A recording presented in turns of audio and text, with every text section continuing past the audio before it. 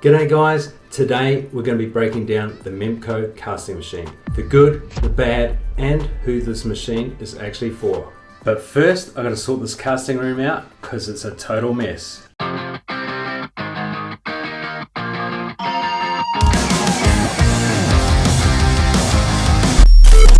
Today's video is all about the Memco Electro-Vac casting machine. This isn't a review and it's not sponsored. This video is for you guys who want to upgrade your casting techniques or learn more about induction casting and why it's going to make a big difference in your casting results. One of the biggest advantages of the Memco casting machine is its use of forming gas, and this is something a lot of people overlook. Forming gas is a mixture of nitrogen and hydrogen, and what it does is it creates a reducing atmosphere inside the casting chamber. That means oxygen, which is one of the biggest causes of casting defects.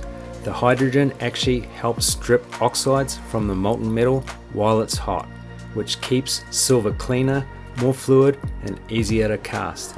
In real world terms, that means better fill, sharper detail, and less porosity, especially on those detailed pieces. It also makes the whole process more forgiving and you're not fighting oxidization every time you pour. That's one of the reasons I found this machine so reliable. One of the pros of doing induction casting compared to, say, centrifugal is the amount of items you can cast at one time. The maximum amount of metal I've cast is about 800 grams.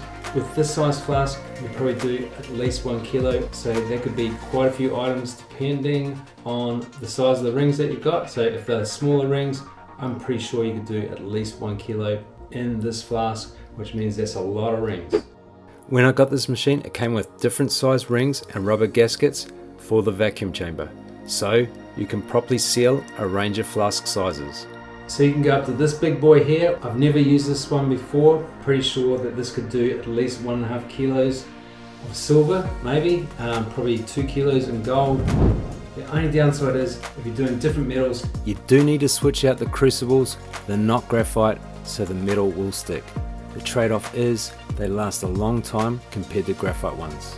Tomorrow morning we're going to do the casting, but I've got to get the gear ready tonight, so I've got to clean out the crucible. Because we don't do a graphite crucible, this is a ceramic one, and what happens is the material gets stuck inside. So I've got to clean all the silver out, get it all nice and clean, and then it'll be ready to go tomorrow. Once the crucible has cooled, it's very easy to clean out using a quartz rod. At the front of the machine, you've got a digital temperature control. You simply program in the casting temperature, and the system lets you know exactly when to pour. The thermocouple is very accurate, which means you can pour at the right temperature without overheating the metal. Once you're at temp, casting is straightforward. Lift the lever and pour. But before that, you need the flask out of the kiln and into the vacuum chamber. You get better results under vacuum. You're removing the biggest obstacle the metal faces, and that's air. If the air can't escape fast enough, the metal slows down or stops completely. Vacuum pulls the air out of the investment and the mold, allowing the metal to flow freely into every detail. The results are cleaner fills, sharper detail, and the casting process more consistent. At the end of the day, machines like the Memco Electro-Vac don't replace good technique, but they do remove a lot of the variables. For me, it's been a game changer. More consistent castings, higher quality, and noticeably less porosity. And having a machine that is very low maintenance is a big part of that. I hope this video has been helpful for anyone that's been looking to upgrade their casting process. And if you want to learn more about casting, check this video out right up here.